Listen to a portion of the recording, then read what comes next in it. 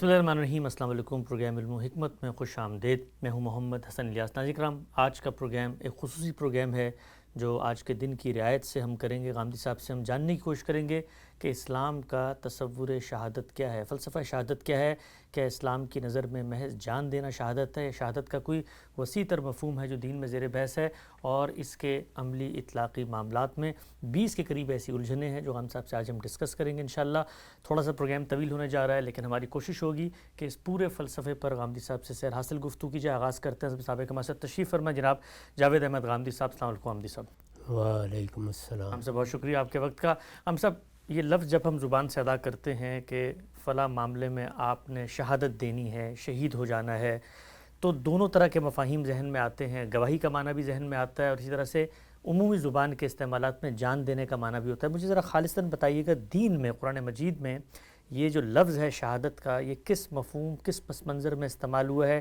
کیا یہ اللہ کی راہ میں جان دینے کے مفہوم میں بھی ہے، یا اس کے علاوہ کوئی وسیع تر مفہوم ہے جو دینی لٹریچر میں زیر بحث ہے؟ شہادت سے دین اسلام کی کونوٹیشن میں مراد کیا ہوتی ہے؟ ہم جب کوئی لفظ استعمال کرتے ہیں، دنیا کی جس زبان میں بھی استعمال کریں گے، اس میں بالعموم دو جہتیں وجود پذیر ہو جاتی ہیں۔ جی۔ ایک یہ کہ لفظ کس معنی میں بولا جا رہا ہے، وہ معنی 1 2 3 4 اس سے بھی زیادہ ہو سکتے ہیں۔ اہل زبان اس لفظ کو جن جن مفاہیم میں استعمال کرتے ہیں، بالعموم آپ نے دیکھا ہوگا کہ وہ لغت میں ثبت کر دیے جاتے ہیں۔ ہم جب کسی کی بات سنتے ہیں یا کوئی تحریر پڑھتے ہیں تو سب سے پہلے یہ جاننے کی کوشش کرتے ہیں کہ اس میں اگر یہ لفظ استعمال ہوا ہے تو اس کو اہل زبان کن مفاہیم کے لیے استعمال کرتے ہیں، اس کا استقصاء کر لیں۔ جی۔ لغت کھولتے ہیں، اپنے ذہن پر زور دیتے ہیں، اور جو معنی بھی مستعمل رہے ہیں ان کو اپنے سامنے رکھ کر سیاق و سباق کو، جملے کی تعریف کو دیکھ کے متعین کر لیتے ہیں کہ یہاں متکلم نے یا کسی لکھنے والے مصنف نے اس لفظ کو اس مفہوم میں استعمال کیا ہے۔ ٹھیک۔ یہ لفظ کا عمومی مفہوم ہے۔ انہی الفاظ میں سے بعض کو اہل زبان بطور اصطلاح استعمال کرنا شروع کر دیتے ہیں۔ چنانچہ ہم دیکھتے ہیں کہ ہماری اردو زبان میں، انگریزی زبان میں، اسی طرح سے عربی زبان میں بہت سے الفاظ ہیں جو بطور اصطلاح اپنا پھر ایک منفرد مفہوم پیدا کر لیتے ہیں۔ جی۔ جیسے لفظ بدعت ہے، کہنے کو ہر نئی چیز کو بدعت کہا جاتا ہے۔ یہ لفظ اس مفہوم میں بغیر کسی منفی تاثر کے استعمال ہوتا ہے۔ قرآن مجید میں استعمال ہوا ہے، یہ روایتوں میں استعمال ہوا ہے، لیکن اسی لفظ کو اٹھا کر پھر ایک باقاعدہ اصطلاح بنا لیا گیا۔ یہی معاملہ لفظ شہادت کا ہے۔ ٹھیک۔ شہادت کا ایک عمومی مفہوم ہے، اس کو آپ نے بھی بیان کر دیا، کسی چیز کی گواہی دینا۔ ہم جب کسی معاملے سے واقف ہوتے ہیں یا کوئی چیز ہمارے علم میں آ جاتی ہے اور ہم سے تقاضا کیا جاتا ہے کہ ہم اس کے بارے میں اپنی رائے دیں، ہم اپنے اس علم کو بیان کرتے ہیں۔ جی۔ جب ہم یہ بیان کرتے ہیں تو یہ گویا اس کی شہادت ہے، یعنی ہم نے گواہی دے دی کہ یہ معاملہ ایسے ہی ہے، ہمارے علم کے حد تک ایسے ہے، ہمارے تجربے اور مشاہدے کے حد تک ایسے ہے، جو بھی ہمارا ذریعہ علم ہے اس کو بنیاد بنا کر ہم اس کی دوسروں کے سامنے گواہی دیتے ہیں۔ ٹھیک۔ یعنی ایک چیز تو یہ ہے کہ ایک خبر ہمارے علم میں آئی، ہم نے اس خبر کو پہنچا دیا۔ ایک یہ ہے کہ اس خبر کے بارے میں شہادت کا تقاضا کیا گیا۔ دنیا میں بہت سی خبریں ہیں جو ہمارے علم میں آتی ہیں، ہم انہیں آگے منتقل کر دیتے ہیں، بعض اوقات بے پرواہی سے بیان کر دیتے ہیں، لیکن اگر مثال کے طور پر ہمارے پاس یہ خبر ہے کہ فلاں شخص نے فلاں گھر میں ڈاکہ ڈالا ہے، تو اب جب ہم سوسائٹی کے سامنے جائیں گے یا ہم سے یہ مطالبہ کیا جائے گا کہ اپنے علم کو بیان کیجئے، تو یہ اب شہادت کا مطالبہ ہے۔ اچھا۔ اس وجہ سے اس کا اصل مفہوم تو یہی ہے۔ اسی میں یہ لفظ عربی زبان میں استعمال ہوتا ہے، اسی میں قرآن مجید میں بھی استعمال ہوا ہے۔ قرآن مجید میں بتایا گیا ہے کہ اگر فلاں اور فلاں معاملے میں کسی جرم کا ارتکاب ہوتا ہے تو شہداء اس کے لیے طلب کیے جائیں، یعنی وہ لوگ جو یہ بتا سکیں کہ انہوں نے اس جرم کو اس طرح سے دیکھا ہے۔ یہی لفظ وہاں استعمال کیا ہے جہاں کوئی دستاویز ہم لکھتے ہیں، وہاں بھی یہ تقاضا کیا گیا ہے کہ اس موقع پر شہادت ثبت کر لی جائے، یعنی وہ لوگ جن کے سامنے دستاویز لکھی گئی ہے، جن کے سامنے قول و قرار کیا گیا ہے، وہ اس کی گواہی ثبت کر دیں تاکہ بعد میں کوئی جھگڑا نہ ہو۔ اسی طرح دیکھیے کہ طلاق کے معاملات زیر بحث آئے ہیں تو سورہ طلاق میں یہ فرمایا گیا ہے کہ اس میں آپ 2 آدمیوں کو گواہ بنا لیں۔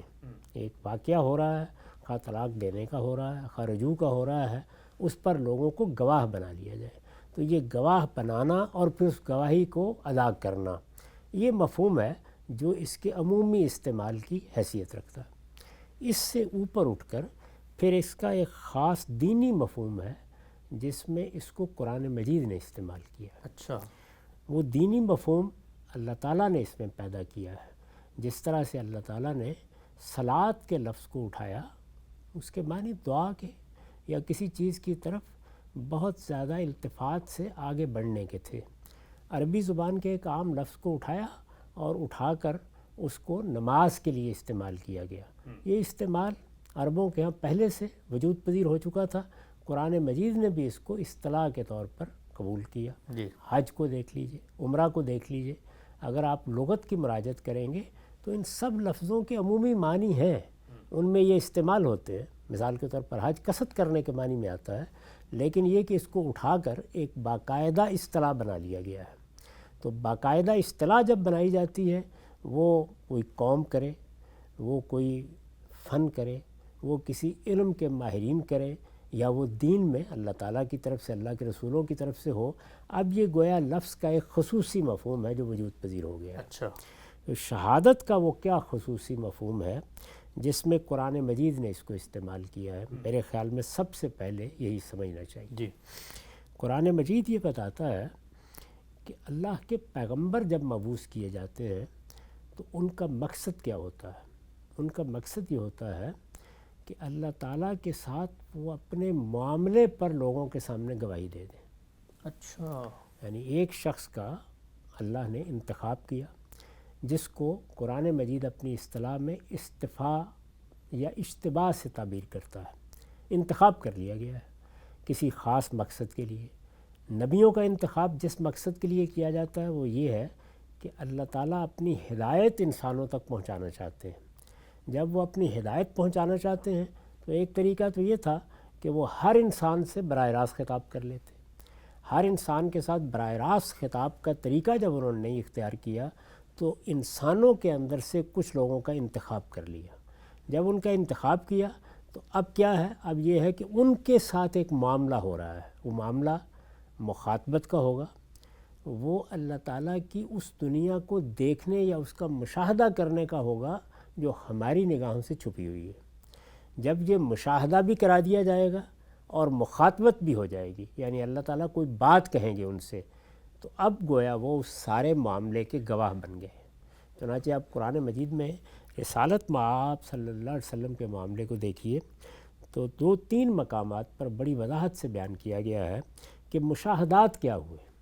اللہ تعالیٰ بتاتے ہیں کہ ہم نے اپنے پیغمبر کو جبریل کا مشاہدہ کرایا، انہوں نے اصل صورت میں جبریل کو دیکھا، ان کے سامنے سدرۃ المنتہا تک اس کائنات کا پس منظر کھول دیا گیا، یعنی مکان اور زمان سے ماوراء کائنات کھول دی گئی، اس کا مشاہدہ انہیں کرایا گیا۔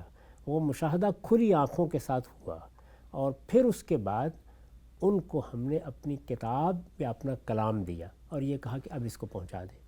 تو مخاطبت بھی ہو گئی، مشاہدہ بھی ہو گیا، اور ایک چیز بھی حوالے کر دی، اس کو دوسروں تک پہنچانا ہے، تو یہ اب گویا گواہی ہے۔ اس گواہی کو قرآن کہتا ہے کہ یہ رسول کی گواہی ہے۔ یعنی رسول کیا کرتے ہیں؟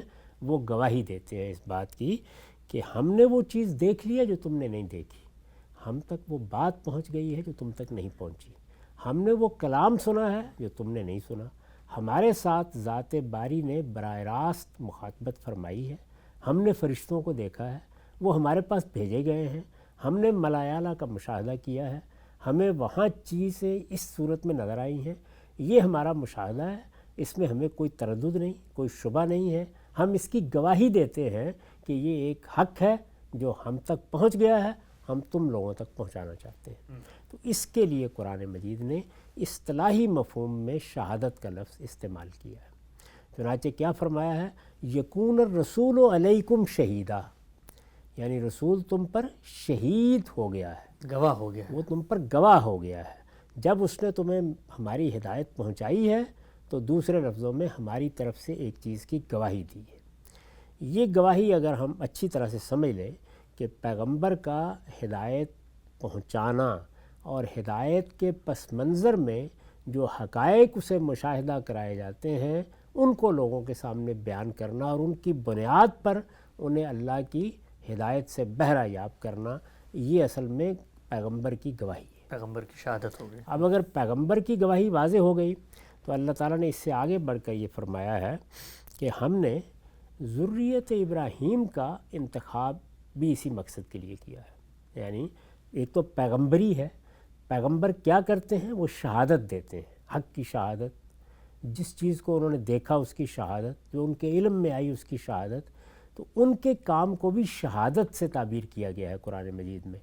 اسی طریقے سے اللہ تعالیٰ کہتے ہیں کہ ہم نے ابراہیم علیہ السلام کی اولاد کو منتخب کیا کہ وہ بھی دنیا کے سامنے اس شہادت کو آگے پہنچانے کی خدمت انجام دے گی۔ یعنی ایک شہادت وہ ہے جو اللہ کے رسول یا اللہ کے پیغمبر ذریت ابراہیم پر دیں گے، اور پھر ابراہیم کی ذریت یہ شہادت دنیا کی باقی قوموں پر دے گی۔ ٹھیک، اس کو بھی اگر آپ دیکھیں تو قرآن مجید میں نہایت خوبی کے ساتھ جگہ جگہ واضح کیا گیا ہے، اور یہ بتایا گیا ہے کہ یہ کیا شہادت ہے اور یہ کتنا بڑا منصب ہے۔ اس کے لیے استفاء کیا اللہ تعالیٰ نے اس قوم کا یا ابراہیم علیہ السلام کی اولاد کا۔ یہ بنی اسحاق کے لیے بھی ہے، یہ بنی اسماعیل کے لیے بھی ہے۔ بنی اسماعیل کے فرمان تقرر کو مختلف جگہوں پر پڑھا جا سکتا ہے، لیکن اس کا ایک بڑا خصوصی مقام وہ ہے جہاں وہ سورہ حج کے آخر میں منقول ہوا ہے۔ اس میں دیکھیے کیسے بیان کیا گیا ہے۔ اس میں یہ بتایا گیا ہے کہ جاہدوا فی اللہ حق جہادہ، یعنی پیغمبر کا کام کیا ہے، وہ دنیا میں آئے اور حق کو دوسروں تک پہنچانے کی جد و جہد کریں۔ یہی جد و جہد جو پیغمبر کرتے ہیں اس کی ذمہ داری اب بنی اسماعیل پر ڈالی جا رہی ہے۔ تو اس میں ان کو خطاب کر کے، پوری قوم کو خطاب کر کے کہا ہے جاہدوا فی اللہ حق جہادہ، اللہ کی راہ میں جد و جہد کرو جس طرح کے جد و جہد کرنے کا حق ہے۔ یہاں جہاد جد و جہد کے معنی میں، جد و جہد کے معنی میں اس کے اصل معنی یہی ہے، وہ بھی ایک اصطلاح ہے، یعنی اصلاً وہ جد و جہد کے معنی میں ہے، لیکن وہ جد و جہد کبھی کبھی قتل قتال تک پہنچ جاتی ہے۔ شہادت کا معاملہ بھی آگے جا کے ہم دیکھیں گے بالکل یہی ہوتا ہے۔ اچھا، تو یہاں کیا کہا، جد و جہد کرو۔ جد و جہد کے بعد اب یہ بتایا کیوں جد و جہد کرو۔ وَاجْتَبَاكُمْ، اس پروردگار نے تمہارا انتخاب کر لیا ہے۔ بنی اسماعیل کو خطاب کر کے کہا ہے اس نے تمہارا انتخاب کر لیا ہے۔ وَمَا جَعَلَ عَلَيْكُمْ فِي الدِّينِ مِنْ حَرَجٍ، متنبہ ہو جاؤ، اس نے تمہیں اپنی شریعت دی ہے، اپنا دین دیا ہے، اور اس میں تم پر کوئی تنگی نہیں ہے۔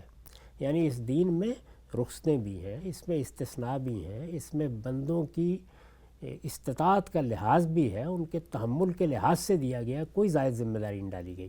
تو گویا دین کے بارے میں بتایا ہے کہ اس میں شبہ نہیں کہ شہادت ایک بڑا کام ہے، لیکن گھبرانے کی کوئی بات نہیں ہے، اللہ تعالیٰ نے اس میں تم پر کوئی تنگی نہیں رکھی۔ یہ بیان کر کے اب یہ بتایا ہے کہ یہ کوئی نئی چیز نہیں ہے جو ہم تمہارے ساتھ کر رہے ہیں اس وقت، یہ تمہاری ملت کا شعار ہے۔ ملت ابیکم ابراہیم، ابراہیم کو ہم نے امامت کے منصب پر فائز کیا تھا، اس کے بعد یہ ذمہ داری ان کی ذریت ہی کو ادا کرنی ہے۔ یہ ابراہیمی کا دین ہے، کوئی نیا دین نہیں ہے۔ محمد الرسول اللہ صلی اللہ علیہ وسلم کے ذریعے سے اسی دین کی تجدید کی گئی ہے۔ یہ دین تمہیں دیا گیا ہے، تمہارے باپ ابراہیم کا طریقہ ہے، اس کی پیروی کرنی ہے، اس کو لے کر اٹھنا ہے، یہ ہدایت ہے جو لوگوں تک پہنچانی ہے۔ اس کے بعد بتایا گیا کہ جب تم پہنچانے کے لیے اٹھو گے تو تمہاری ایک شناخت بنے گی، کوئی نئی شناخت نہ قائم کر بیٹھنا۔ ہوا سماکم المسلمین، ابراہیم نے تمہارا نام مسلمان رکھا ہے، لہٰذا یہی تمہاری مذہبی شناخت ہے، یہی قیامت تک تمہاری شناخت رہنی چاہیے۔ اس میں کوئی تفرقہ نہیں ہونا چاہیے، کوئی نئے نام نہیں ہونے چاہیے۔ اس میں بتا دیا کہ من قبل وفی ھذا، یعنی یہی مسلمان کا نام اس سے پہلے بھی تمہارے لیے تھا اور یہی مسلمان کا نام اس نئی دعوت کے بعد یعنی محمد الرسول اللہ صلی اللہ علیہ وسلم کے بعد بھی یہی نام تمہارا رہے گا۔ اس کے بعد دیکھیے کیا کہا، لِتُكُونُوا شُهَدَاءَ عَلَى النَّاسِ، تمہارا یہ انتخاب اس لیے ہوا ہے تاکہ تم دنیا پر دین کی شہادت دینے والے بن کر اٹھو۔ تو یہاں پہ لفظ کیا استعمال کیا؟ شہداء، یہ وہی شہادت ہے۔ یعنی اب بنی اسماعیل کو یہ شہادت دنیا پر قائم کرنی ہے، اس کا گواہ بننا ہے۔ انہوں نے کیا دیکھا ہے؟ انہوں نے اپنی تاریخ کی ابتدا میں محمد الرسول اللہ کو دیکھا ہے۔ محمد رسول اللہ نے ان پر شہادت دی ہے۔ محمد الرسول اللہ صلی اللہ علیہ وسلم نے ان کے سامنے وہ گواہی دی ہے۔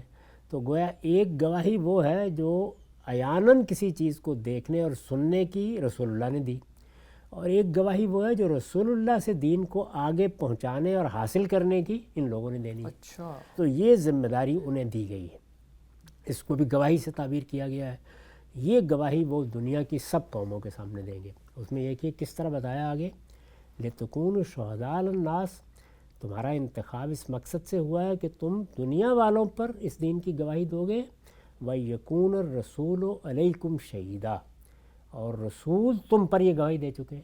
یعنی ایک گواہی وہ ہے جو انہوں نے دے دی، وہ تم تک ہو گئی، اور ایک گواہی وہ ہے جو اسی خبر کی، اسی اطلاع کی تمہیں دنیا والوں تک پہنچانی ہے۔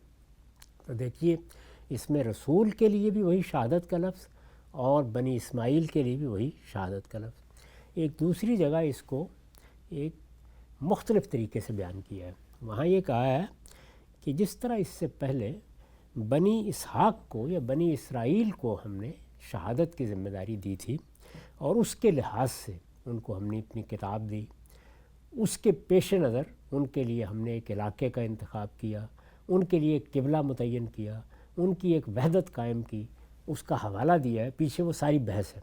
اس کے بعد کا کذالک جعلناکم امۃ وسطا لتکونوا شہداء علی الناس ویکون الرسول علیکم شہیدا، وہی بات ہے جو وہاں بیان ہوئی ہے کہ اب تم کو اسی طریقے سے اس ذمہ داری پر فائز کیا گیا ہے۔ تمہارا کام کیا ہے؟ وہ یہ کہ جس طرح رسول نے تم پر گواہی دی ہے، اسی طرح اب دنیا کی باقی قوموں پر تم گواہی دو گے۔ وہی مضمون کہ سورہ حج کے آخر میں تھا، لیکن اس میں ایک لطیف چیز ہے جس کا اضافہ کیا، وہ یہ ہے کہ کذالک جعلناکم امۃ وسطا، ہم نے تمہیں درمیان کی امت بنایا ہے۔ یہ لفظ درمیان کیوں استعمال کیا ہے؟ اوپر اللہ کا رسول ہے، نیچے دنیا کی سب قومیں ہیں، درمیان میں بنی اسماعیل۔ اچھا، تو اب ان کو امت وسط کہہ کے یہ بتایا کہ تم اصل میں اللہ کے رسول اور دنیا کی دوسری قوموں کے درمیان کھڑے ہوئے ہدایت کو پہنچانے کا واسطہ بن رہے ہو۔ اس کو اگر آپ پورے تصور میں سامنے رکھ لیں تو ذات باری کی ہدایت ہے، یعنی اللہ کی ہدایت ہے، میری یا آپ کی نہیں ہے۔ میں یا آپ اس کو اپنے فلسفے سے بیان نہیں کرتے، یہ ہماری کوئی ایجاد نہیں ہے۔ اللہ کی یہ ہدایت جبریل امین کے ذریعے سے نیچے پہنچائی گئی۔ تو جبریل امین نے جو کچھ اللہ سے پایا اس کی آگے شہادت دے دی۔ اسی بنیاد پر جبریل امین کو بھی، ملائکہ کو بھی رسل کہا گیا ہے، وہ اللہ کے پیغامبر ہیں۔ تو ایک واسطہ وہاں ہوا، جب جبریل امین سے وہ ہدایت محمد الرسول اللہ تک پہنچ گئی، آپ سے پہلے مسیح علیہ السلام تک پہنچ گئی، موسیٰ علیہ السلام تک پہنچ گئی، تو گویا شہادت ان کے حوالے ہو گئی۔ اب ان کا کیا کام ہے؟ ان کا کام یہ ہے کہ وہ جن قوموں کی طرف مبعوث ہوئے ہیں ان پر اس کی شہادت دے دیں۔ جب وہ شہادت دے دیں گے تو گویا وہ پوری شہادت ان کے پاس منتقل ہو گئی۔ اب ان کا کام ہے کہ یہ اپنی قومی حیثیت میں، فرد بھی مخاطب ہے لیکن قومی حیثیت سے مخاطب ہے، اپنی قومی حیثیت میں دنیا کی قوموں تک اس کو پہنچائیں۔ اسی مقصد سے اللہ تعالیٰ نے دو علاقوں کا انتخاب کیا، بنی اسحاق کے لیے یا بنی اسرائیل کے لیے فلسطین کے علاقے کا انتخاب کیا، جس کو اس زمانے میں کنعان کہا جاتا تھا۔ یہ فرمایا کہ تم لوگوں کو میں یہاں اقتدار دوں گا، یہ اقتدار تمہاری حفاظت کرے گا، اس سے تم ایک قوم بنو گے، تمہارے گرد و پیش کے علاقوں کو مغلوب کر دیا جائے گا، اس پورے علاقے میں سوائے تمہارے کوئی آباد نہیں ہوگا، تمہاری اس سلطنت اور ریاست اور اس قومی حیثیت میں اب یہ شہادت تمہارے حوالے ہے۔ اسی طرح کا معاملہ جزیرہ نما عرب کے ساتھ کیا گیا، اس میں بنی اسماعیل آباد کیے گئے، اللہ کا حرم وہاں قائم کیا گیا، اور پھر رسول اللہ کے ذریعے سے جب اس دین کی تجدید ہوئی تو ان کو بھی یہ ذمہ داری دی گئی کہ جزیرہ نما عرب تمہارا ملک ہے، اس کے گرد و پیش میں اللہ تعالیٰ تمہیں ایک عظیم بادشاہی دیں گے۔ قرآن نے اس کو ملک عظیم سے تعبیر کیا ہے، یہ ہم نے دے دیا تمہیں، اس کے ذریعے سے اس جزیرہ نما عرب کی حفاظت ہوگی، اس میں تم قومی حیثیت سے رہو گے، اور پھر میرے دین کی شہادت باقی دنیا کی قوموں پر دیں گے۔ تو اس طریقے سے یہ شہادت ایک باقاعدہ اصطلاح بن گئی، یعنی وہ ہدایت جو اللہ کے پیغمبر سے ایک قوم کو ملی یا پیغمبروں سے ایک قوم کو ملی ہے، اس کو اب اس قوم نے اپنی قومی حیثیت میں قیامت تک انسانوں کے سامنے رکھنا ہے، ان تک پہنچانا ہے۔ یہ گویا اس قوم کی یعنی ذریت ابراہیم کی بنیادی ذمہ داری بن گئی۔ قوموں کی حیثیت سے ہر قوم نے دنیا میں رہنا ہوتا ہے، علوم سیکھنے ہوتے ہیں، سہولتیں پیدا کرنی ہوتی ہیں، اقتدار کی طلب بھی بڑی فطری طلب ہے، اپنی برتری بھی قومیں قائم کرتی ہیں، وہ الگ چیز ہے۔ لیکن ان سب کے علاوہ جو ایک بڑی ذمہ داری اس قوم پر عائد کی گئی یعنی ابراہیم کی اولاد پر، وہ یہ ہے کہ تمہیں دین کا گواہ بن کر کھڑے ہونا ہے، اور ان علاقوں کو دین کا مرکز بنانا ہے۔ ان علاقوں میں تم نے میری عبادت گاہ قائم کرنی ہے، میرے معبد قائم کرنے ہیں، اور ساری دنیا کو دعوت دینی ہے۔ اور اگر آپ غور کر کے دیکھیں تو یہ علاقے دنیا کے بالکل وسط میں منتخب کیے گئے، یعنی اس وقت کی جو دنیا تھی اس کے وسط میں اللہ تعالیٰ نے منتخب کی۔ یہ علاقے بھی وسط میں ہیں، یہ قومیں بھی امت وسط ہیں، اور ان کا کام اب یہ ہے کہ یہ دنیا تک اس کو پہنچائیں۔ ٹھیک، قرآن مجید کی اصطلاح میں یہ شہادت ہے۔ اب اس کے بعد ظاہر ہے کہ یہ جو گواہی ہے یا شہادت ہے، یہ تو ان قوموں کے سپرد کر دی گئی۔ یہ انفرادی طور پر بھی ہم یہ دیکھتے ہیں کہ بعض لوگ اللہ کی توفیق سے اختیار کر لیتے ہیں۔ جیسے انہی قوموں کے اندر بہت سے لوگ ہیں کہ جن کو اللہ تعالیٰ یہ توفیق دیتا ہے کہ وہ دنیا میں کوئی پیشہ یا کوئی مہارت یا کوئی میدان عمل انتخاب کرنے کی بجائے یہ فیصلہ کرتے ہیں کہ وہ دین کے عالم بنیں گے۔ جب وہ دین کے عالم بنیں گے تو ظاہر ہے کہ دین میں تفقہ پیدا کریں گے، اس کی بصیرت پیدا کریں گے، اب اپنی قوموں پر انذار کے لیے اٹھیں گے۔ تو اگر آپ غور کریں تو یہ بھی وہی شہادت ہی کا کام ہے۔ چنانچہ قرآن مجید نے یہ بتایا کہ اس دنیا میں تم جب اللہ کے دین سے وابستہ ہوتے ہو، اللہ کے دین کو اختیار کرتے ہو، تو دین میں کیا مراتب تمہیں حاصل ہو سکتے ہیں، تو اس کو سورہ نساء میں بیان کیا ہے۔ اور دیکھیے کس طرح سے بیان کیا ہے کہ اولئک مع الذین انعم اللہ علیہم، اللہ تعالیٰ نے بعض لوگوں پر اپنا خصوصی انعام فرمایا ہے۔ جیسے آپ نے دیکھا ہوگا نا کہ دین تصوف میں جب لوگوں کے مراتب بیان کیے جاتے ہیں تو کوئی ولایت کی اصطلاح ہے، کوئی کتب ہیں، کوئی ابدال ہیں، دین میں بھی مراتب بیان ہوئے ہیں۔ وہ یہ مراتب نہیں ہیں، یہ تصوف کے مراتب ہیں۔ دین میں جو مراتب بیان ہوئے ہیں وہ 4 ہیں۔ اور آپ دیکھیے کہ ان کو کیسے بیان کیا ہے کہ ہم نے جب انسانوں کے اندر سے لوگوں کا انتخاب کیا اور ان پر اپنی نعمت نازل کی ہے تو وہ کیا ہے، ان میں بتایا مع نبیین، پہلا منصب نبیوں کا ہے، وہ ہمارا انتخاب ہوتا ہے، وہ محبت ربانی ہے، اس میں کسی کا اپنا کوئی انتخاب نہیں ہے، وہ کسی ملکے کا ظہور نہیں ہے، بلکہ ہم کسی کو منتخب کرتے ہیں، علی علم کرتے ہیں، اور علی علم انتخاب کر کے ہم یہ تاج اس کے سر پر رکھ دیتے ہیں۔ چنانچہ سب سے بڑا، سب سے پہلا دین میں منصب کیا ہے؟ نبی کا منصب، مع النبیین۔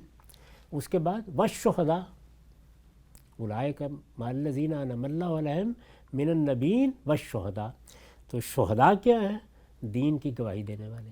ذریت ابراہیم قومی حیثیت سے شہید ہے، اور ان کے اندر جو لوگ ہادی بن کے، رہنما بن کے انذار کرنے کے لیے، دین پہنچانے کے لیے اٹھیں گے، وہ سب کے سب تباً شہداء ہیں۔ اور پھر اس کے بعد یہ ارشاد فرمایا کہ جو پیغمبروں کے ساتھ مل کر ان کی تصدیق کریں گے، اٹھیں گے، وہ صدیقین ہیں۔ تو نبی، صدیق، اگر آپ غور کر کے دیکھیں تو نبی کے مقابل میں شہید ہیں، نبیوں کا ساتھ دینے والے صدیقین ہیں، اور شہداء کا ساتھ دینے والے صالحین۔ تو اس طریقے سے یہ 4 مراتب بیان کر دیے گئے ہیں، اور یہ کہا گیا ہے کہ اس میں جس طرح نبوت ایک منصب ہے، اسی طریقے سے شہادت بھی ایک منصب ہے۔ نبوت، صدیقیت اور شہادت، اور پھر اس کے بعد صالحین۔ تو اس میں اگر دیکھیں تو آپ اصل میں 2 جوڑے بن جاتے ہیں۔ یعنی جب اللہ کے پیغمبر اپنی دعوت لے کے اٹھتے ہیں تو وہاں ان کی تصدیق کی ضرورت ہوتی ہے، لہذا ان کے ماننے والے صدیقین ہیں، اور شہداء جب اپنی دعوت لے کے اٹھتے ہیں تو ان کا ساتھ دینے والے صالحین ہوتے ہیں۔ تو اس طریقے سے دونوں کو الگ الگ کر دیا اور 4 مراتب میں لوگوں کو تقسیم بھی کر دیا۔ اب اس میں پھر مراتب مزید بھی ہیں، یعنی کہیں سبقت کا مرتبہ ہے، کہیں مہاجرت کا مرتبہ ہے، وہ حالات کے لحاظ سے ہوتے ہیں۔ بنیادی مراتب یہی ہے جو بیان کر دیے گئے ہیں۔ ان کو واضح کرتے ہوئے بھی شہادت، شہداء زیر بحث آ گئے۔ تو اس کا مطلب ہے کہ یہ اصل میں ایک ایسی اصطلاح ہے جو دین میں مختلف پہلوؤں سے اپنا مدعا واضح کر رہی ہے۔ اصل شہادت یہ ہے۔ اسی کا پھر ایک اور استعمال یہ ہے کہ کچھ لوگوں نے یہ فیصلہ کیا کہ اللہ کے دین پر کوئی آ پڑی ہے، کوئی مشکل آ پڑی ہے، کوئی مصیبت آ پڑی ہے، اللہ کے دین کے راستے میں کوئی رکاوٹ پیدا کر دی گئی ہے، اللہ کی دعوت کے راستے میں رکاوٹ پیدا کر دی گئی ہے، اور وہ اللہ کے حکم پر، اللہ کی خوشنودی کے لیے میدان جنگ میں اترتے ہیں اور اس میں جان دینا پڑ جاتی ہے۔ اسی طرح سے میدان جنگ میں تو نہیں اترے، لیکن چونکہ ان کو یہ حکم دیا گیا تھا کہ جاہدوا فی اللہ حق جہادہ ہی، تو وہ اپنی زندگی اسی جد و جہد میں لگا دیتے ہیں۔ تو اسی جد و جہد میں زندگی لگا دینا یا زندگی گوا دینا، دونوں چیزیں ہو سکتی ہیں نا۔ یعنی گوا دینا لوگوں کے لحاظ سے، جان دے دی جس کو آپ کہتے ہیں۔ جان دینے کے اس عمل کو اللہ تعالیٰ نے ایک اور طریقے سے بیان کیا۔ یہ فرمایا کہ جس وقت تم ایمان لاتے ہو تو ایمان لاتے ہی میرے اور تمہارے درمیان ایک معاہدہ بیع و شرا ہو جاتا ہے۔ وہ کیا ہے؟ ان اللہ اشتری من المؤمنین بانفسہم واموالہم بانہم الجنہ۔ اللہ تعالیٰ نے مومنوں سے ان کے جان و مال خرید لیے ہیں، اور اس کا معاوضہ کیا ہے؟ جنت۔ سبحان اللہ۔ تو اس کا مطلب یہ ہے کہ ایک بیع و شرا کا معاہدہ ہو گیا ہے۔ اب مجھے اپنی جان کو ہمیشہ ہتھیلی پر رکھنا ہے، تاکہ اگر کسی موقع پر اللہ تعالیٰ کے دین کو اس کی ضرورت پڑ جائے تو میں یہ جان حاضر کر دوں، مال بھی حاضر کر دوں، جان بھی حاضر کر دوں۔ تو اللہ تعالیٰ نے جو جان و مال مجھے دیے ہیں ان کے بارے میں اس معاہدے کا حوالہ بھی دے دیا۔ اسی لیے ہمارے دین میں اللہ تعالیٰ کے ساتھ تعلق کے اظہار کی تینوں جہتیں الگ الگ بیان ہوتی ہیں۔ پرستش کی جہت جس کا ظہور نماز میں ہوتا ہے، اطاعت کی جہت جس کا ظہور روزے میں ہوتا ہے، اور نظر کی جہت یعنی یہ اپنا جان و مال نظر کے طور پر پیش کرنا، اس کا ظہور اپنے کمال پر حج میں ہوتا ہے، اس سے کم تر عمرے میں ہوتا ہے، اس سے کم تر قربانی میں ہوتا ہے، اس سے کم تر اس روایت میں ہوتا ہے جس میں نظر کے لیے ہم 10 دن نہ بال کٹواتے ہیں نہ ناخن تراشتے ہیں۔ تو یہ اگر چاروں کو آپ سامنے رکھیں تو گویا یہ وہ موقع ہے کہ جس میں بندہ اپنے آپ کو اللہ کے لیے پیش کر دیتا ہے۔ اب کسی موقع پر اللہ تعالیٰ نے اس کی اس پیشکش کو قبول فرما لیا اور اس کو جان دینی پڑ گئی، یا اسی راستے میں جد و جہد کرتے ہوئے یہ دین کا راستہ، دین کی ہدایت کا راستہ، اسے لوگوں تک پہنچانے کا راستہ وہ دنیا سے چلا گیا۔ ان دونوں صورتوں کے اوپر قرآن مجید میں بھی اور حدیثوں میں لفظ شہادت کا اطلاق کیا گیا۔ یعنی اب بندے نے آخری درجے میں گویا اپنی زندگی لگا کر یا اپنی جان دے کر وہ گواہی لوگوں تک پہنچا دی ہے۔ یہ عملی گواہی ہے۔ یعنی اس بندے نے جب ایک مرتبہ یہ طے کر لیا کہ میں توحید کی گواہی دینے کے لیے کھڑا ہوا ہوں، تو زندگی بھر بغیر کسی ملامت کرنے والے کی ملامت کی پرواہ کیے وہ اسی کی شہادت دیتا رہا، یہی بات بیان کرتا رہا، یہی لوگوں تک پہنچاتا رہا۔ اس کے لیے اس نے نہ کسی کے ساتھ کبھی مداہنت برتی، نہ کسی کے ساتھ مصالحت کے لیے تیار ہوا، نہ کسی کو اس نے دائیں بائیں دیکھا اور اس کی رعایت کی۔ اس نے اپنے رب کو دیکھا، اپنے رب کی گواہی کا پاس کیا، اور جو گواہی اس کے پاس تھی وہ اپنی استطاعت اور صلاحیت کے مطابق پہنچاتا رہا۔ اس نے اپنی زندگی کے تمام امور اسی محور پر استوار کیے، وہ اسی کو سامنے رکھ کر جیتا رہا، لکھتا رہا، بولتا رہا، جو صلاحیت بھی اللہ تعالیٰ نے دی تھی اس کی نظر اپنی زندگی کر دی۔ تو اگرچہ اللہ تعالیٰ نے اس کو کسی میدان جنگ میں تو نہیں بلایا، لیکن چونکہ اس نے اپنی زندگی ہی اس میں صرف کی ہے تو اس کی موت اب شہادت بن گئی۔ اور یہی معاملہ اس شخص کا بھی ہوا جس نے آگے بڑھ کر کسی مارکے میں اپنے آپ کو پیش کر دیا۔ تو اسلام میں جب کسی کی دنیا سے رخصت ہونے یا اس کی موت کے معاملے میں یہ اصطلاح استعمال ہوتی ہے تو اس کا مطلب یہ ہے، ٹھیک، یعنی حق کی شہادت کے لیے، اللہ کی خوشنودی کے لیے آدمی نے اپنی جان دے دی۔ تو یہ شہادت کا پورا بیان ہے، یعنی وہ ابتدا کہاں سے ہے، اس کی اصطلاحی صورت کیا بنتی ہے، اس اصطلاحی صورت کا اطلاق قرآن مجید نے کن شکلوں پر کیا ہے، اور پھر وہ جب موت تک پہنچتی ہے تو اس سے کیا معنی مراد ہوتے ہیں۔ تو یہ میں نے آپ کے سوال کے جواب میں ایک تفصیل رکھ دی ہے کہ قرآن مجید کی روح سے شہادت کا یہ مفہوم۔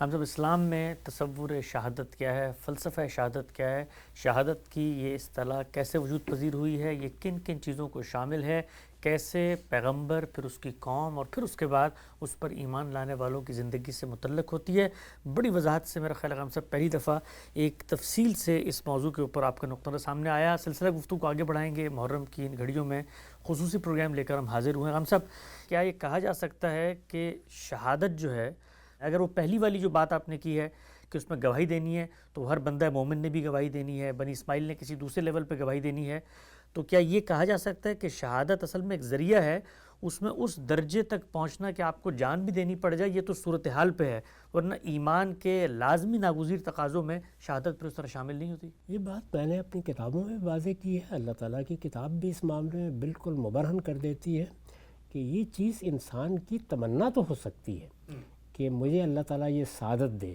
ہمارا کام تو یہ ہے کہ ہم وہ کام کریں جو اللہ نے ہمارے سپرد کیا ہے۔ وہ کیا ہے؟ دین کی گواہی دینا۔ اب دین کی گواہی کے لیے ہم اٹھے، حالات ایسے پیش آ گئے کہ کوئی حملہ آور ہو گیا ہے، کسی نے ظلم و عدوان کا ارتکاب کرنا شروع کر دیا ہے، ہمارے لیے اب ناگزیر ہو گیا کہ ہم میدان میں اترے۔ تو جنگ کوئی مطلوب چیز نہیں ہے اسلام میں، نہ اس کے لیے خود آواز دی جاتی ہے، نہ اس کے لیے خود کوئی اقدام کرنے کی منصوبہ بندی کی جاتی ہے۔ یہ تو اصل میں ایک ناگزیر صورت ہے جو انسان کو کبھی پیش آ جاتی ہے، اور جب وہ پیش آ جاتی ہے تو پھر قرآن مجید یہ کہتا ہے کہ دین اب یہ تقاضا کرتا ہے کہ تم اس کی مدد کرو۔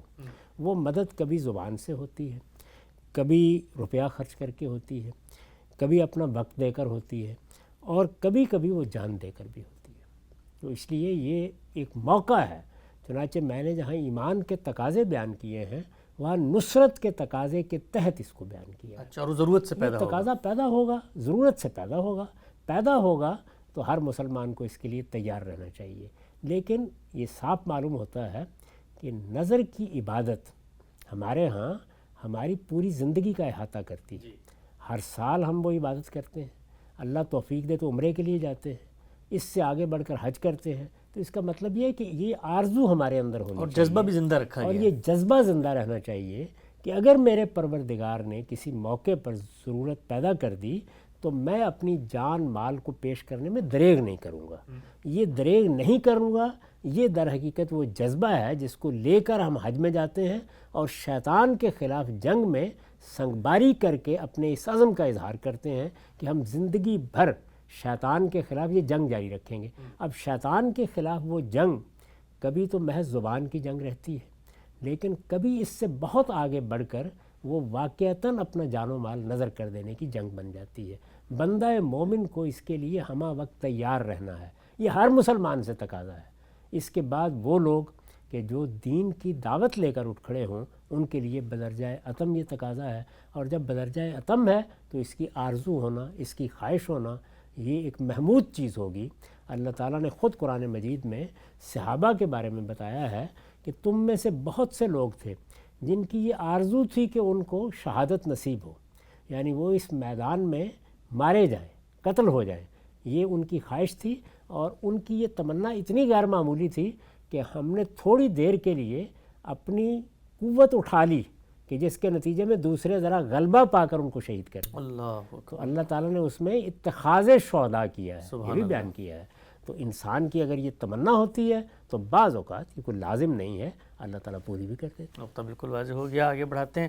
اچھا ہم صاحب، یہ قرآن و حدیث کے اندر جو شہداء کے درجات بیان ہوئے ہیں، ان کے لیے عنایتیں بیان ہوئی ہیں، خود یہاں تک کہا ہے کہ ان کو تم مردہ نہ کہو، تو یہ صرف ان شہداء کے بارے میں ہے جو میدان جنگ میں عملاً لڑتے ہیں؟ کیونکہ قرآن مجید میں زیادہ تر جو درجات یا فضیلت کی بحث آئی ہے یہ حدیثوں میں، وہ تو ان کے لیے ہی پس منظر میں بات ہو رہی ہوتی ہے. تو کیا یہ صرف درجہ ان کے لیے خاص ہے، یہ جو باقی معاملات میں لوگ شہادت دے رہے ہیں، جنگ کا موقع نہیں آیا، ان کے لیے بھی کوئی فضیلت یا درجات ہے؟ نہیں، دین میں یہ کسی اختصاص سے بیان نہیں ہوا، بلکہ ایک سوال کے جواب میں بیان ہوا ہے. جی. لوگوں نے جب یہ خیال کیا کہ دیکھیے یہ لوگ ہیں، انہوں نے محمد الرسول اللہ صلی اللہ علیہ وسلم پر ایمان قبول کیا، بڑے شوق سے اپنا وطن چھوڑ کے گئے ہیں، اب مارے جا رہے ہیں. تو اس کے جواب میں اللہ تعالیٰ نے یہ فرمایا کہ میری راہ میں جو لوگ جد و جہد کرتے ہیں اور اس میں ان کی موت آ جاتی ہے، وہ کہیں جاتے نہیں ہیں، وہ زندہ ہوتے ہیں، ان کو میری طرف سے رزق دیا جا رہا ہوتا ہے. تو دنیا میں اللہ تعالیٰ نے اس کو ایک بڑے مرتبے کی حیثیت سے بیان کیا اور اس کے نتائج بھی بیان کیے. اس میں بھی وہی بات ہے کہ اصل حقیقت کیا ہے، اللہ کے لیے خاص ہو جانا، اللہ کے دین کے لیے خاص ہو جانا، اپنے آپ کو اللہ کی نظر کرنے کے لیے تیار ہو جانا، اس ایمان کے ساتھ جینا کہ اللہ نے میرے جان و مال مجھ سے خرید لیے ہیں، وہ جب چاہے میں نظر کے طور پر پیش کر دوں گا. تو اب گویا پوری زندگی شہادت کی زندگی ہے. اس میں جن لوگوں کو اس عزم کے ساتھ، اس ارادے کے ساتھ، اس خواہش کے ساتھ موت آتی ہے، وہ موت کسی بیماری میں آ گئی، تکلیف میں آ گئی، کوئی ناگہانی حادثہ ہو گیا، جب بھی اس طرح کا معاملہ ہوگا وہ سب کے سب اسی کے تحت ہیں. اور جس طرح یہ ان کے بارے میں بیان ہوا ہے، اسی طریقے سے اللہ تعالیٰ کے منتخب صالحین، صدیقین اور پیغمبروں کے بارے میں بھی یہی صحیح ہے. مثلا جو بات شہداء کے بارے میں بیان ہوئی ہے وہ لفظاً پیغمبروں کے بارے میں بیان نہیں ہوئی، لیکن پیغمبر بھی اسی منصب پر فائز ہوتے ہیں، خود شہادت دے رہے وہ بھی اسی مقصد کے لیے کھڑے ہوتے ہیں. تو سب شہداء کے لیے یہی بات ہے، خواہ ان کو میدان جنگ میں موت آئے یا میدان جنگ سے باہر موت آئے. وہاں ذکر کرنے کی ضرورت اس لیے پیش آ گئی کہ ان کی موت کو رائیگاں قرار دیا جا رہا ہے. سبحان اللہ. تو اس لیے خاص طور پر تنبیہ کی ہے. تو اللہ تعالیٰ نے یہ بڑا مرتبہ رکھا ہے کہ وہ لوگ جو اس طرح کی زندگی بسر کر کے رخصت ہوں گے، ان کے لیے جس طرح دنیا میں اللہ تعالیٰ نے سرفرازی کے بعض مواقع رکھے ہیں، اسی طریقے سے موت کے بعد بھی ان کا معاملہ عام لوگوں کا سا نہیں ہوتا، بلکہ ان کے لیے اللہ کی عنایتیں برزخ میں بھی جاری رہتی ہیں، جس طرح سے اللہ کے دشمنوں پر عذاب برزخ میں بھی جاری رہتا ہے. اور پھر قیامت میں جب وہ اٹھیں گے تو نیند سے جگا دیے جائیں گے، اور اس کے بعد پھر جنت کی نعمتیں ہیں، اس میں ان کے لیے بڑے درجات. ہم سب یہ جو بھی آپ نے بات فرمائی کہ بندہ مومن اللہ کی راہ میں نکلتا ہے، اگر فیصلہ کن موقع آ گیا ہے تو وہاں پر وہ جان کی بازی لڑانے سے بھی انکار نہیں کرتا، گریزہ نہیں ہوتا، اور اللہ کے راستے میں جان بھی دیتا ہے، تو وہ تو شہید ہے. یہ باقی چیزوں کے بارے میں آپ نے ذکر کیا کہ روایت میرے ذہن میں آ رہی ہے کہ رسول اللہ نے فرمایا ہے کہ بندہ مومن اگر نکلے اور وہ ڈوب کے مر جائے یا دیوار اس پہ گر جائے یا وہ مرض سے رخصت ہو جائے تو وہ بھی شہید ہے. تو یہ بھی اسی پس منظر میں بات کی جا رہی ہے کیونکہ اس کی پوری زندگی ایک طرح کی شہادت، خدا کے دین کی گواہی بن چکی ہے. تو اب اس کا اوڑھنا بچھونا یہی ہے، وہ گھر سے اگر کسی اور مقصد کے لیے بھی نکلا ہے تو پس منظر میں چونکہ اس کی زندگی کا نظریہ، آدرش، فلسفہ یہی ہے، تو اب اس کو بھی دین شہید قرار دے گا. اس میں وضاحت کی گئی ہے، دوسری روایتوں میں یہ آ جاتا ہے کہ وہ فی سبیل اللہ نکلا ہے. جی، اللہ کے راستے، یعنی اللہ کی راہ میں نکلا ہے، اللہ کی راہ میں نکل گیا. اب اس میں ایک چیز تو یہ ہے کہ کسی جنگ کا موقع ہے تو اس میں رخصت ہو گیا، نہیں، وہ اللہ کی راہ میں نکلا ہوا ہے. اب وہ ڈوب کے دنیا سے رخصت ہوا، غرقاب ہو گیا، کہیں آگ کی نظر ہو گیا، کوئی اور اس طرح کا معاملہ ہو گیا، تو اس میں بھی یہی بشارت دی ہے. اس میں بتانا ہی یہی مقصود ہے کہ اس کو جنگ کے ساتھ خاص نہیں سمجھو. اصل چیز یہ ہے کہ تم نے زندگی کا مقصد کیا قرار دیا ہے. وہ آدمی جو جنگ میں اترا تھا وہ اگر اپنی شہرت کے لیے اترا ہے، وہ کوئی دنیا کی چیز حاصل کرنے کے لیے اترا ہے، تو کیا پھر بھی وہ اللہ تعالیٰ کے ہاں اسی مرتبے کا مستحق ہوگا؟ رسول اللہ نے فرمایا نہیں ہوگا. یعنی اس کا یہ عمل اس کی نظر کر دیا جائے گا، اللہ اسے قبول ہی نہیں کرتے. تو اسی طریقے سے وہ آدمی جس نے اپنی زندگی اللہ کی خوشنودی کے لیے وقف کر دی ہے، وہ اصل میں اس راہ کا مسافر ہو گیا ہے. اب موت کیسے آنی ہے اس کا فیصلہ اللہ کو کرنا ہے. جس طرح بھی وہ دنیا سے رخصت ہوگا وہ شہادت ہی کے ذیل میں محسوب کیا جائے. ٹھیک. صاحب جو بھی آپ نے بات کی، اگلا سوال میرا اسی سے متعلق تھا کہ نیت کی کتنی اہمیت ہے شہادت کے اس پورے کے پورے عمل میں. مثال کے طور پر ہم یہ دیکھتے ہیں کہ اس وقت قومی ریاستوں کا دور ہے، وہاں پر مسلمان ممالک کی اپنی فوجیں بن چکی ہیں. اب وہاں کوئی فوجی مثال کے طور پہ لڑتا ہے اور اس کے پیش نظر جو ہے وہ تو اپنی قومی حمیت ہے یا اپنی زمین کو بچانا ہے، یہ جو پورا کا پورا فی سبیل اللہ کا تصور ہے شہادت کے پس منظر میں، اگر وہ نہ ہو تو کیا وہ شہید ہی کہلائے گا، یعنی اللہ عند اللہ شہید ہی کہلائے گا؟ اس میں اس کی کتنی اہمیت ہے؟ کیا یوں بھی ہو سکتا ہے کہ دونوں جذبے مل جائیں، یعنی وطن مٹی اس کے دفاع کا جذبہ بھی ہو، اور ہم اس کو یہ سمجھ کے کر رہے ہوں کہ یہ اصل میں اللہ کے دین ہی کی تائید و نصرت ہے، کیونکہ یہاں پر اگر ظلم ہوا ہے اپنی مٹی کو بچانا تو اصل میں دین کے تحت ہی ہو رہا ہے؟ دیکھیے، دین نے اس میں بالکل دوسرا طریقہ اختیار کیا ہے، یہ اس کا ظاہر ہے، یعنی میں اپنی قومی فوج کا حصہ ہوں، میں اس میں لڑ رہا ہوں، یہ میرا ظاہر ہے۔ جی، باطن کیا ہے؟ اگر آپ کو تلوار اٹھانی ہے، بندوق چلانی ہے، کسی کو مارنا ہے، آپ کو میدان جنگ میں اترنا ہے، اس کا ہر حال میں آپ کو پہلے اخلاقی جواز متعین کرنا ہے، اور جنگ کے لیے، جدال کے لیے، کسی کی جان لینے کے لیے تنہا جواز یہ ہے کہ آپ ظلم و عدوان کے خلاف جنگ کر سکتے ہیں۔ اسلام میں ظلم و عدوان کے علاوہ کسی جنگ کا کوئی تصور نہیں، یعنی جب ظلم کا ارتکاب ہوا، اب ظلم کا ارتکاب میرے وطن کے خلاف ہو گیا، ظلم کا ارتکاب میری قوم کے خلاف ہو گیا، ظلم کا ارتکاب کسی دوسری قوم کے خلاف ہو گیا، یعنی جب مجھے یہ بات متعین طور پر معلوم ہو گئی کہ میں اصل میں ظالم کا ہاتھ پکڑ رہا ہوں، تو اب یہ جس پہلو سے بھی آپ جنگ کریں گے یہ جہاد ہے۔ اس میں اگر آپ دنیا سے رخصت ہوتے ہیں اور خدا کی خوشنودی کے لیے لڑ رہے ہیں تو یہ شہادت ہے۔ ٹھیک، اس میں اصلی مقصود یہ ہے کہ جنگ کا مقصد آپ نے کیا متعین کیا ہے، یعنی میں اپنی قوم کے لیے لڑوں گا، خواہ وہ دوسروں پر ظلم کرنے کے لیے نکلے، اس کی اسلام میں کوئی گنجائش نہیں ہے۔ اسلام میں جنگ ہر حال میں ظلم اور عدوان کے خلاف ہونی ہے۔ واحد مقصد ہے جو جنگ کا ذریعہ بن سکتا ہے، جس میں جنگ کا جواز پیدا ہوتا ہے۔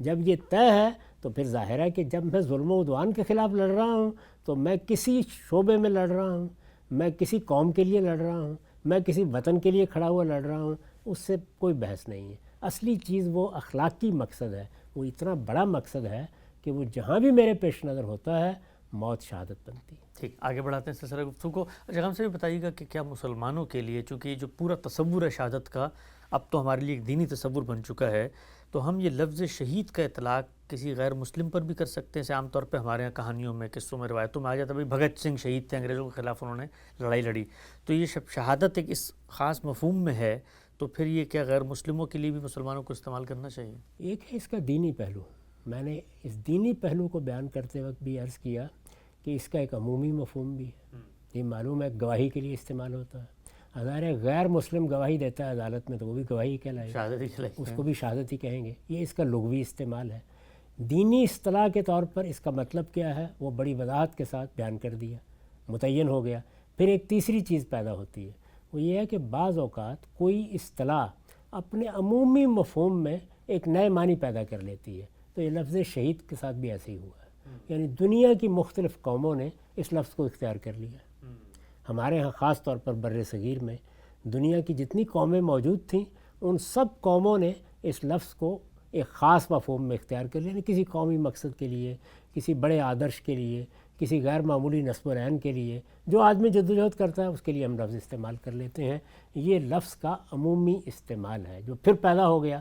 تو یہ واضح کر دینا چاہیے کہ دین میں جس کو شہادت یا شہید کہا جاتا ہے اس کے بالکل متعین معنی ہے، اس کا ایک متعین مفہوم ہے، اور اس مفہوم میں اس معنی کے لیے یہ لفظ جب بھی استعمال کیا جائے گا پوری احتیاط کے ساتھ کرنا چاہیے۔ ٹھیک، یہ عمومی مفاہیم ہیں، ان میں لوگ کرتے رہتے ہیں، ان کو کرنے کا حق حاصل ہے کیونکہ الفاظ کسی کی ملکیت نہیں ہوتے، لیکن ہم مسلمان جب اس کو ایک خاص پہلو سے استعمال کرتے ہیں تو اس کا مطلب کیا ہوتا ہے اس کی میں نے وضاحت کی۔ ٹھیک۔ اچھا صاحب، ہم مسلمانوں میں ہی اگلا سوال میرا آپ کی خدمت میں یہ ہے کہ بعض گروہ ایسے ہوتے ہیں جو اپنی عسکری یا سیاسی مہمات کے لیے جدوجہد کرتے ہیں، اس کو جہاد قرار دیتے ہیں، اور ساتھ ساتھ اپنے کارکنوں کو، سیاسی کارکنوں کو خاص طور پر یوں کہہ کے ابھارا جاتا ہے کہ اگر تم اس مقصد میں جان دے دے تو تم بھی شہید کہلاؤ گے۔ تو مسلمانوں کے اپنے نظم کے اندر مثال کے طور پہ کوئی سیاسی پارٹیاں ہیں، تو ہمارے چونکہ عام طور پہ یہ اصطلاح ہے جب سیاسی کارکن شہید ہو گیا، تو وہاں پر تو اصل میں ایک سیاسی نظریہ ہے جس کے لیے آپ لڑ رہے ہوتے ہیں اور اس کے نتیجے میں کبھی کبھی جان بھی دینی پڑتی ہے یا کوئی ایسی صورتحال پیدا ہو جاتی ہے، تو وہاں پر کیا اس لفظ کا استعمال مناسب ہے؟ وہی ہے جس طریقے سے بھگت سنگھ کے لیے استعمال کر لیا گیا، یہ اسی طرح کے استعمالات ہیں، اپنے رہنماؤں کے لیے لوگ استعمال کرتے ہیں، اپنے مقاصد کے لیے استعمال کرتے ہیں۔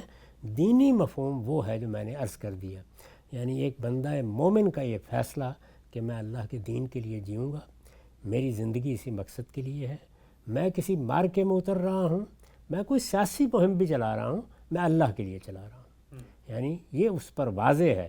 تو ظاہر ہے کہ یہ مقصد، یہ نیت، یہ محرک موجود ہونا چاہیے، اللہ کے لیے اپنے آپ کو نظر کر دینے کا جذبہ ہونا چاہیے، پھر یہ دینی مفہوم میں شہادت ہوگی۔ اور اس لفظ کا صحیح استعمال وہی ہے، میں نے اس کو واضح کر دیا۔ بالکل ٹھیک ہے۔ اچھا ہم صاحب یہ بتائیے گا کہ ایک مسلمان کے ہاں ہمارا جو دینی لٹریچر ہے، قرآن مجید بھی پڑھتے ہیں، حدیث پڑھتے ہیں، صحابہ کے آثار، تو اس میں نظر آتا ہے کہ شہادت چونکہ اس موقع پہ عملی مطلوب بھی تھی کہ جنگوں میں جانا ہے، سامنے والے گروہ نے جارحیت کر دی ہے تو اب لڑنا بھی ہے، اسی طرح قومیں شوریدہ سر ہو جاتی ہیں، آپ کو اترنا پڑتا ہے، تو ہماری دینی روایت میں ہر جگہ پر کہیں نہ کہیں شہادت کی تمنا، آرزو، یہ چیزیں زیر بحث آ رہی ہوتی ہیں۔ آج کی اس ماڈرن نیشن کرافٹ میں اور اس ورلڈ ویو کے اندر اگر ایک بندہ مومن شہادت کی تمنا لے کر معاشرے میں کھڑا ہو یا اس کی ترغیب دے، بچوں کو بتائے، تو بظاہر جو تصور بنتا ہے وہ تو یہ کہ بھئی یہ دنیا کے اندر امن نہیں چاہتے، تو لڑنے بھڑنے والے لوگ ہیں، تو تمنا کو قائم بھی رکھنا ہے اور اپنے آپ کو امن پسند بھی کہنا ہے، اس کے درمیان کیسے مطابقت ہوگی؟ دنیا کی جد و جہد میں یہ تمنا رکھنا بالکل اور چیز ہے، اس کو پروگرام بنانا ایک بالکل الگ چیز ہے۔ بہت اہم بات۔ ہاں، تمنا تو ہر مسلمان کے دل میں یہ ہونی چاہیے اور ہوتی ہے کہ اگر اس کو یہ سعادت ملے تو کیا کہنے ہیں۔ دین کے معاملات میں فیصلے ہمیشہ اس بنیاد پر کیے جاتے ہیں کہ دین کیا چاہتا ہے اور ہماری زندگی کا کیا مقصد متعین کرتا ہے۔ تو زندگی میں دین کیا چاہتا ہے، وہ چیزیں ہیں جو اسکیم کا موضوع بنے گی۔ ہمیں جدوجہد کرنی ہے، ہمیں اپنی قوم کی ترقی کے لیے کام کرنا ہے، ہمیں خدا کے دین کی دعوت کو پھیلانا ہے، یہ کام ہے جن کو ہدف بنایا جاتا ہے۔ اس میں یہ تمنا کہ اگر اللہ تعالیٰ کی طرف سے کوئی ایسا موقع آتا ہے، دنیا سے جانا تو ہر شخص کو ہے، تو اگر اللہ تعالیٰ میرا بھی انتخاب کر لے اور مجھے اپنے لیے منتخب کر لے تو کیا کہنے ہیں۔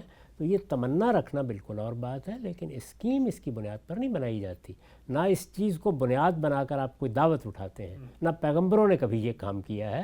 وہ اپنا پیغام پیش کرتے ہیں اور اپنی دعوت لوگوں کے سامنے پیش کرتے ہیں۔ دعوت پیش کرنی ہے، دین میں کرنے کا کام وہ ہے۔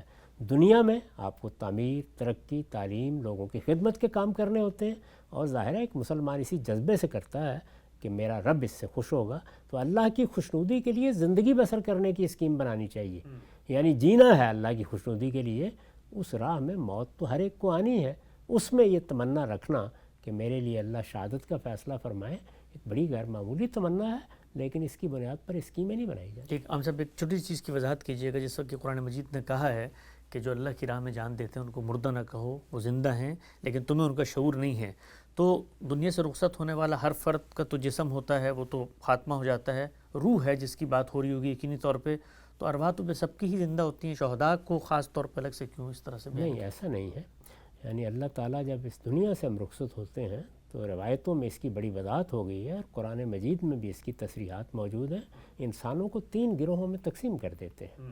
ایک وہ لوگ ہیں جن کے لیے دنیا میں عذاب کا فیصلہ ہو گیا، جیسے رسولوں کے مخاطبین ہیں، ان کے لیے دنیا ہی سے جزا و سزا شروع ہو جاتی ہے، وہ برزخ میں بھی اسی طرح جاری رہتی ہے، یعنی موت کے بعد، اور پھر ان کو اٹھا کر جس طرح قرآن نے کہا کہ یردون الی اشد العذاب، پھر وہ جہنم کی نظر کر دیے جاتے ہیں۔ اسی طرح سے شہداء ہیں، انبیاء ہیں، صالحین ہیں، جن کو اللہ تعالیٰ یہ سعادت دے کہ وہ سبقت کے مقام پر چلے گئے، انہوں نے بڑے مرتبے کے لیے جد و جہد کی اور زندگی بھی اسی کو نصب العین بنا کر بسر کی ہے، تو ان کے لیے دنیا ہی میں جزا بھی شروع ہو جاتی ہے۔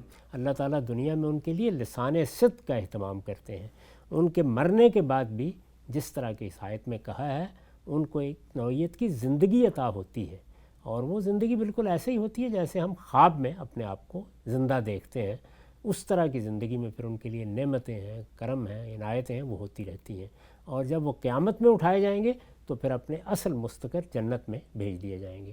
تیسرے وہ لوگ ہیں جو ہما شما، جن کا آگے جا کے حساب ہونا ہے، ان کو اپنے نامہ اعمال کی بنیاد پر پہلے اس فیصلے سے گزرنا ہے کہ اس میں کیا نتیجہ نکلتا ہے، وہ صلا دیے جاتے ہیں، وہ قیامت میں اٹھیں گے، پھر ان کا حساب کتاب ہوگا، اس کے بعد معاملات طے ہوں گے۔ ٹھیک، اچھا ہم سب آخری سوال اس موضوع سے متعلق، یہ جتنی چیزیں ہم نے پڑھی، آپ نے ذکر کی، ان میں جو وربز استعمال ہوئے ہیں وہ تو سب ان سے متعلق ہیں جو مرد حضرات ہوتے ہیں، تو کیا دین اسلام میں خواتین کے لیے بھی یہی قاعدہ ہے، یہی اصول ہے جو شہادت کا پورا تصور آپ نے بیان کیا؟ کیونکہ صدیقین ہی کہا گیا، ہر جگہ پہ صالحین کہا گیا، کہیں صالحات نہیں ہیں، کہیں باقی ایسی ٹرمینالوجیز نہیں ہیں جو خواتین شہداء کے بارے میں بھی ہوں، تو کیا خواتین کے بارے میں بھی شہادت کا یہی قانون ہے؟ دنیا کی سب زبانوں میں جو تذکیر کے صیغے ہیں وہ انسان کے لیے استعمال ہوتے ہیں، یعنی یہ کسی مرد کے لیے الگ سے استعمال نہیں ہوئے۔ قرآن مجید نے بہت سی جگہوں پر خواتین کی یوں کہہ لیجیے کہ تعریف قلب کے لیے ان کا الگ ذکر بھی کیا ہے، لیکن یہ کوئی ضرورت نہیں ہوتی کرنے کی۔ دنیا کی ہر زبان میں یہی طریقہ رہا ہے، اس میں عورتیں بھی اسی طرح شامل ہیں جس طرح مرد شامل ہیں، جس طرح وہ صدیق ہیں وہ بھی صدیقات ہوتی ہیں، جس طرح وہ شہداء ہیں وہ بھی شاہدہ ہوتی ہیں، اسی طریقے سے وہ بھی صالحات ہیں۔ تو یہ ساری جو چیزیں بیان کی گئی ہیں جس طرح مردوں کے لیے اسی طرح خواتین کے لیے، یہ انسانوں کے ساتھ خطاب کیا جا رہا ہے۔ اس میں دنیا کی زبانوں کا طریقہ یہی ہے کہ مذکر کے صیغے استعمال کیے جاتے ہیں۔ نقطہ بالکل واضح ہوا ناظرین کرام۔ آج ہم نے غامدی صاحب سے اسلام کا فلسفہ شہادت کیا ہے، اس تصور شہادت کی کیا کانوٹیشن ہے جو قرآن مجید میں زیر بحث آئی ہے، اور ان کے درجات اور نتیجے کے اعتبار سے ان کا کیا امتیاز ہے جو مسلم روایت کے اندر زیر بحث آتا ہے۔ بڑی تفصیل سے گفتگو ہوئی ہے، امید ہے اس کے اندر جو پہلو زیر بحث آئے ہیں بہت ساری چیزیں ایسی ہیں جو غلط فہمی کا باعث بنتی ہیں، غامدی صاحب سے ہم نے استفادہ کیا اور اس کو ٹھیک کرنے میں، رفع کرنے میں کامیاب ہوئے۔ وقت یہاں پہ ختم ہوتا ہے، دوبارہ حاضر خدمت ہوں گے، اب تک آپ کا بہت شکریہ۔